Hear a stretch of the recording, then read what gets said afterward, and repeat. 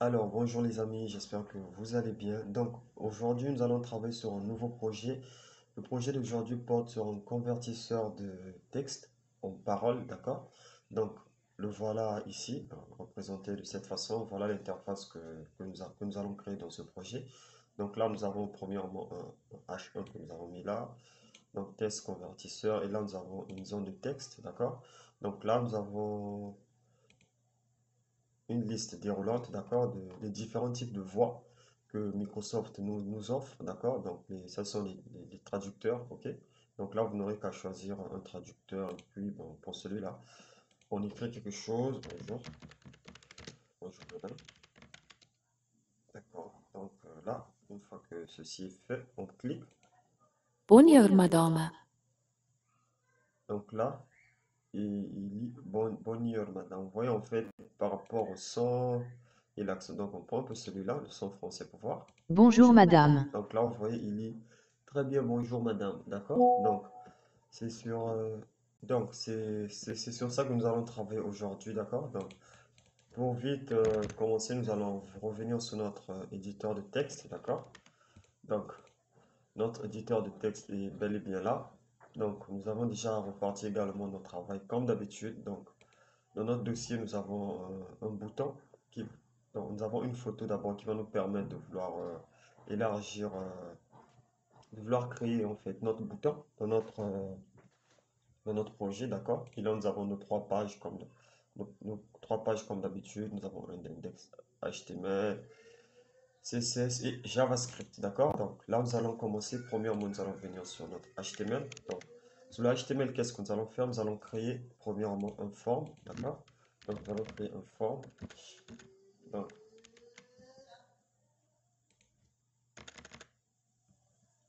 Donc, dans ce form, premièrement, nous allons donner un H2, ok?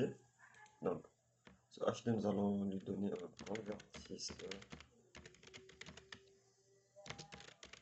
texte en parole, ok? Donc, convertisseur de texte en parole, d'accord? Donc, une fois qu'on a fait ceci, on va créer un texte aria. Un texte aria, on va lui donner une idée qu'on va appeler texte, d'accord? Donc, et puis on enlève le reste. On va lui donner également un placeholder. Placeholder, on va écrire CJC, CJC,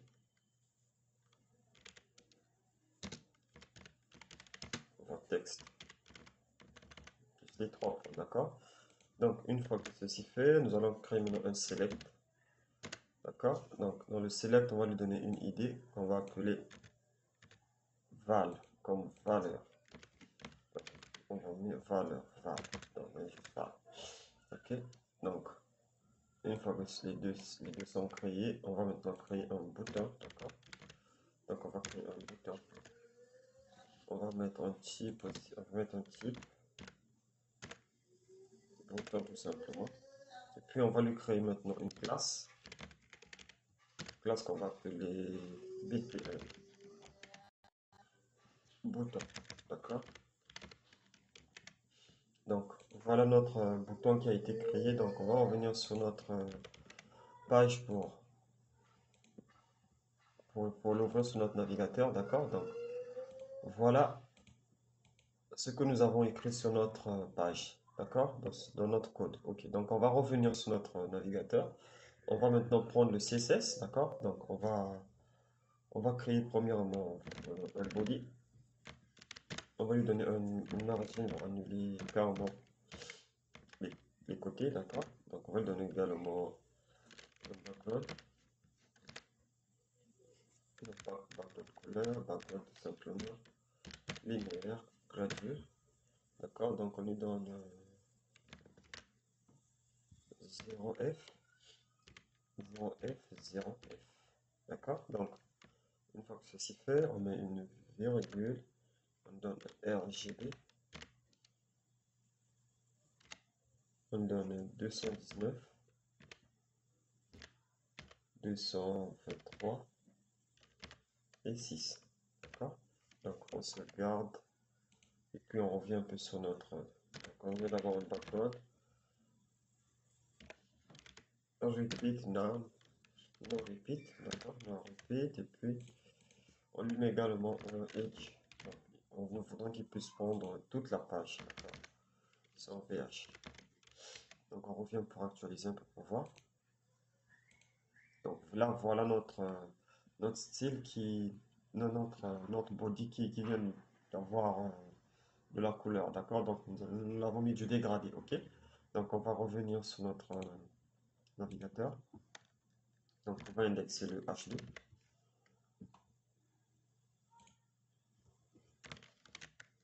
On va lui donner un texte. Text line center. On va également lui donner une couleur, d'accord? Donner une couleur blanche. Ouais, je vais faire celui-là. Un font size de qu'on va donner un 28 px. On va également la donner un texte.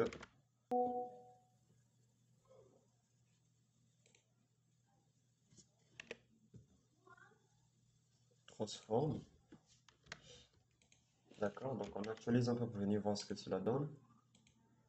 Donc là, voilà notre texte qui vient d'être centré et qui vient d'avoir du style, ok? Donc on revient. On va maintenant prendre le formulaire lui-même, d'accord? Donc on prend le form. On va lui donner une position absolue. Position absolue. Un width de 40%. Un margin de 6%. Hauteur et de 28% edge, d'accord? Donc, et puis on va lui donner un edge également de 70%. 70%. On va lui donner maintenant un fond family, d'accord? Donc un fond family. Bah, on prend celui-là. On vient actualiser un peu pour voir. Donc là, voilà notre body, notre forme d'abord qui vient d'être centrée et qui vient d'être bougée également, d'accord? Donc on va prendre maintenant le texte arrière. Donc le texte arrière, qu'est-ce qu'on va lui dire? On va lui donner un font size de 14 pixels, d'accord? On va lui donner un width de 100%. On va également lui donner une couleur de blanche. On lui donne un RGB, on va lui donner un 7, ok? Donc là, on prend encore un border radius de 15 px. On lui donne encore un fond de border. On lui donne encore un background color. Donc on prend la couleur blanche. On vient actualiser un peu pour voir. Donc là, voilà notre texte arrière qui prend forme. Donc on va annuler ceci, d'accord? On va annuler la possibilité de vouloir bouger notre texte arrière, ok? Donc ça, pour le faire, on va utiliser un Resin 9, d'accord? Donc, une fois que là, vous voyez, donc notre Resin 9 a bien et bien disparu, ok? Donc on revient. On va lui ajouter encore un border. On va lui enlever le border. On va également lui donner un box shadow. Donc on va lui donner un box shadow. Donc le box shadow, premièrement, qu'est-ce qu'on va lui donner? On va lui donner un px. Un px. Un px. Et un RGBA. D'accord? RGBA. RGB, on va lui donner un 252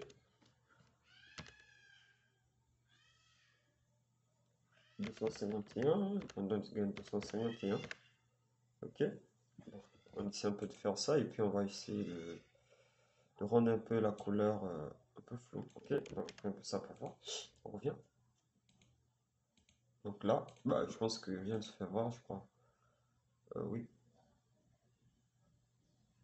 Donc on revient un peu pour voir. Donc on remet un peu. Donc on revient. Donc pour l'instant, rien ne se fait voir carrément. Donc on va on va revenir, d'accord? On va lui donner un edge pour voir. Un edge de 50%. Ok, donc on revient un peu actualiser. Ok, voilà notre edge qui est bel et bien là, d'accord? Donc notre box shadow, qu'est-ce qui ne va pas? Euh, Là.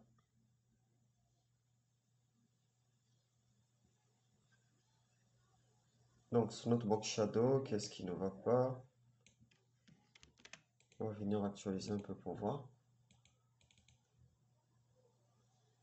Non, pour l'instant, rien ne marche. Ok, donc on va laisser un peu là, on va passer sur notre text area. On va indexer le placeholder, ok. Le placeholder, on va lui donner une couleur pour celui-là. Donc voilà notre placeholder et puis on va donner un padding, d'accord? On va donner un padding à notre placeholder de 4%, d'accord? Padding de 4%, d'accord? Donc là on fait ça, on actualise un peu. Voilà notre placeholder qui est là, donc là c'est normal, d'accord? Donc on vient sur notre code pour voir. Donc ce qu'on va faire par la suite, c'est quoi? On va prendre le select, d'accord? Donc select. On va lui donner premièrement un border name, d'accord? Donc un border name, on va lui donner également un background color. On va lui donner également un width, d'accord? Un width de 60%. Et on va lui donner un border radius de 15 px. On va lui donner un padding de 1%, ok? On va lui donner également une color de... On est dans le blanc, ok, celui-là. Il donne également un font size de 14 px, ok, de 14 px, et puis on lui donne une margin de 1%, ok, hauteur, et puis 2%, non, 10, non, non, non, on donne 2% hauteur, et puis un 10% left. Alors, je reviens voir un peu ce que cela donne. Donc là, voilà notre select qui a bien été créé. Ok, donc on va maintenant attaquer le bouton. Ok, donc sur le bouton, on lui va donner une classe qu'on va appeler point BT1. Ok, donc point BT1, on va lui donner un background color pour celui-là. Puis on va lui donner un border node, on va lui donner également une couleur blanche. On va lui donner également un texte, line center. On va lui donner également un widget, d'accord? Un widget de 14%. Et un padding de 1% et 2%, d'accord? Un border.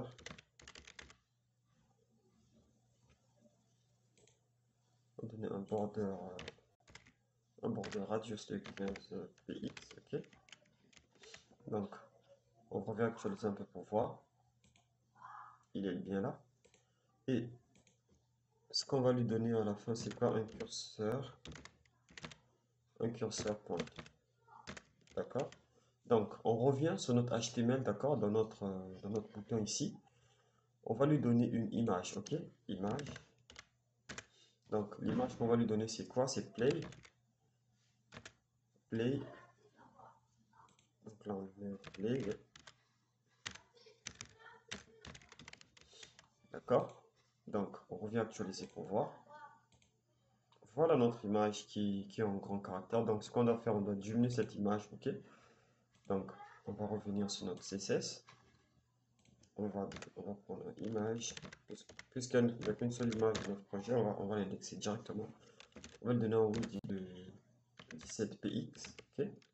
On va donner également un left, un float left.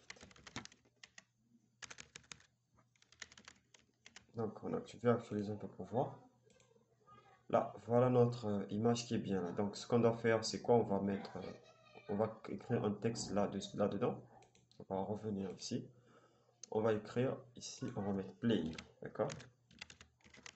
Play. On vient actualiser un peu pour voir. Voilà notre play qui est bien là. Ok? Donc, ce que nous allons faire maintenant, c'est quoi? Puisque nous avons fini avec notre interface graphique, d'accord? Donc, nous avons fini avec notre design.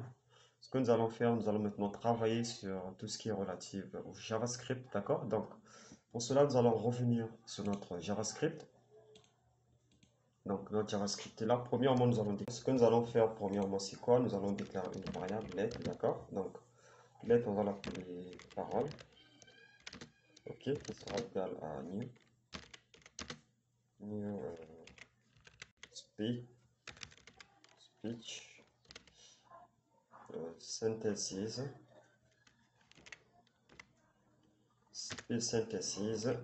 oui, d'accord. Donc, ça, web d'interface web, d'accord, qui permet d'appeler une synthèse vocale. Donc, si vous voulez lire tout type de contenu sur le web, en fait, donc premièrement, vous devez d'abord appeler cette fonction-là qui est une API, d'accord. Donc, une fois que nous avons fait ceci, nous allons d'abord appeler notre bouton, d'accord, notre btn qui sera égal à document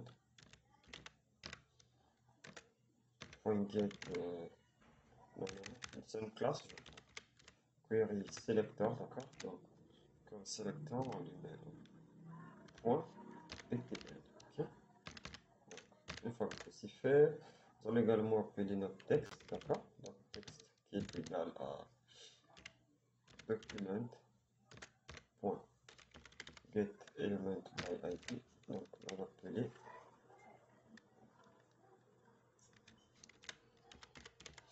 d'accord. Donc texte.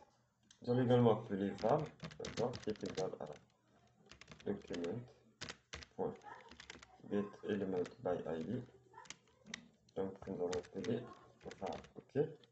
Donc là nous mettons un point virgule à la fin. Donc une fois que nous avons fait ceci, avant de commencer tout type de choses, qu'est-ce que nous allons faire? Nous allons d'abord donner la possibilité au lecteur de lire notre contenu. Donc le contenu que nous allons écrire dans notre zone de texte, nous allons donner la possibilité au lecteur de le lire. Donc pour cela, qu'est-ce que nous allons faire? Nous allons premièrement créer un tableau, d'accord? Un tableau que nous allons appeler voix, ok? Donc voix avec S qui sera égal à un tableau, ok? Donc, une fois que nous mettons un point virgule à la ligne, puis on prend le Windows, point, speech, synthesis, point, on change.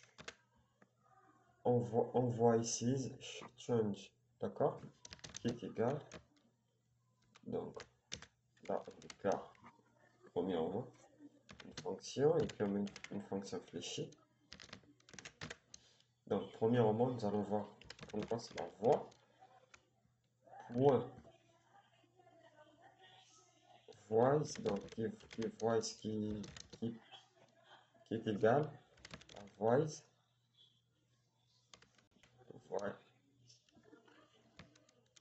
Donc, le premier tableau qui est le premier, la première parole qui est 0, d'accord? Donc, qui sera égal encore à voice, point. On déclare for each, d'accord? For each, donc là, dans for each, nous allons déclarer des éléments, d'accord? Donc, le premier élément que nous allons déclarer là, c'est quoi?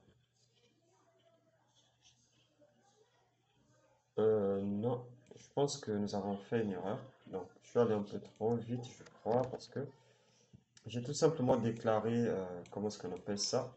Voice, mais avant de déclarer voice, je l'ai pas donné la possibilité de lire aucun élément. Donc, ce que je vais faire, c'est quoi? Je vais donner voice,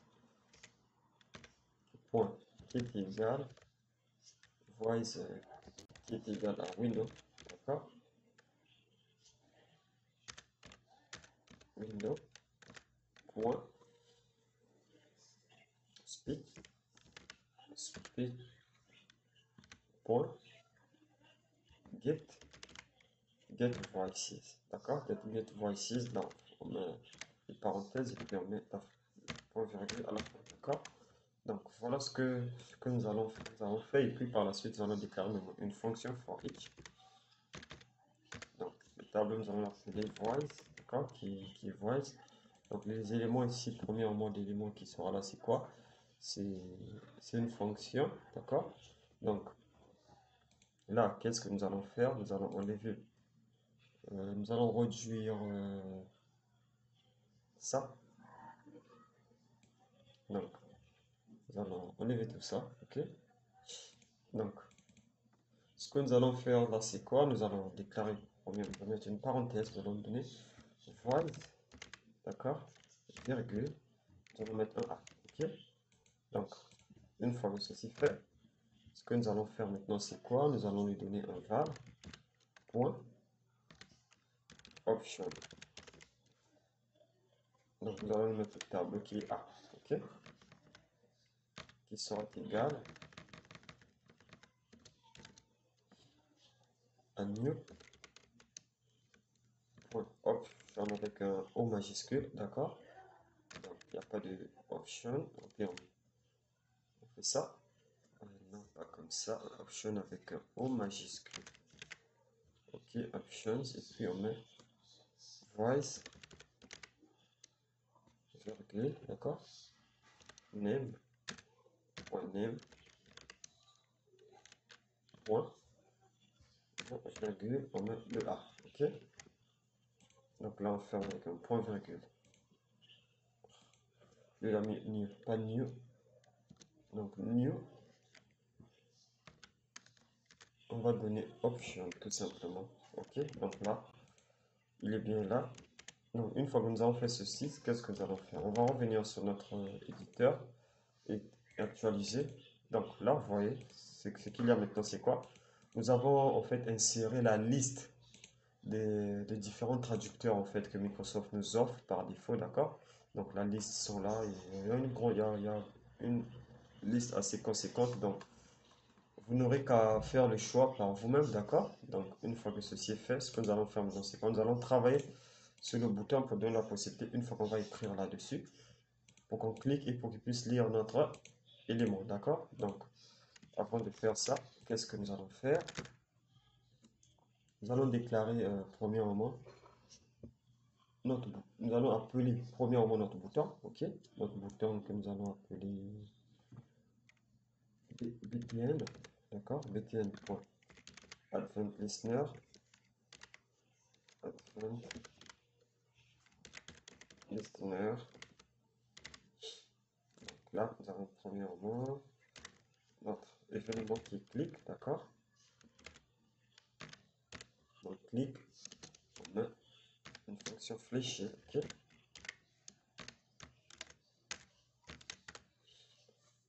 Là, voilà, ce qui est.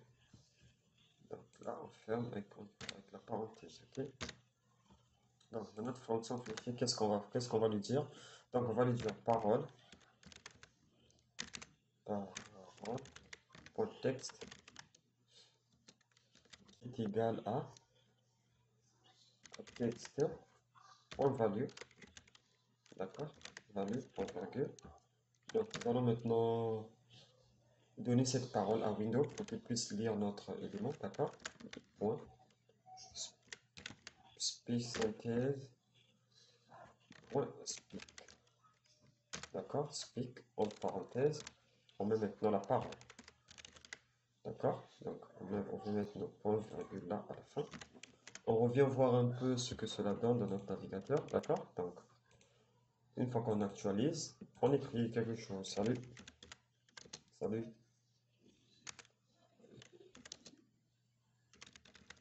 Comment vas-tu? Comment vas-tu? Donc, là, on actualise maintenant. On met maintenant le play. Salut, comment vas-tu? Donc là, vous voyez bien que Windows a bien lu notre contenu notre texte que nous avons mis dans notre zone de texte, d'accord? Donc, maintenant, là, qu'est-ce qu'il faut faire par la suite? Donc, nous allons changer par exemple de langue.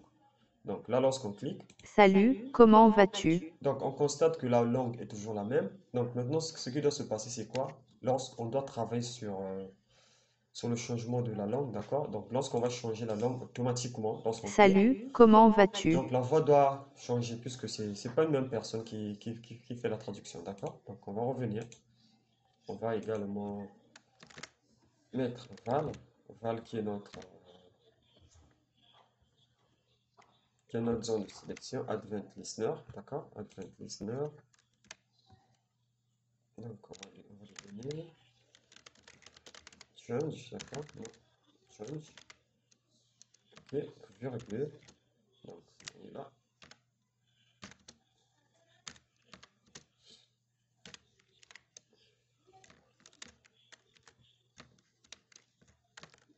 Donc voilà. Ce qu'on va faire là maintenant, c'est quoi? On va mettre parole.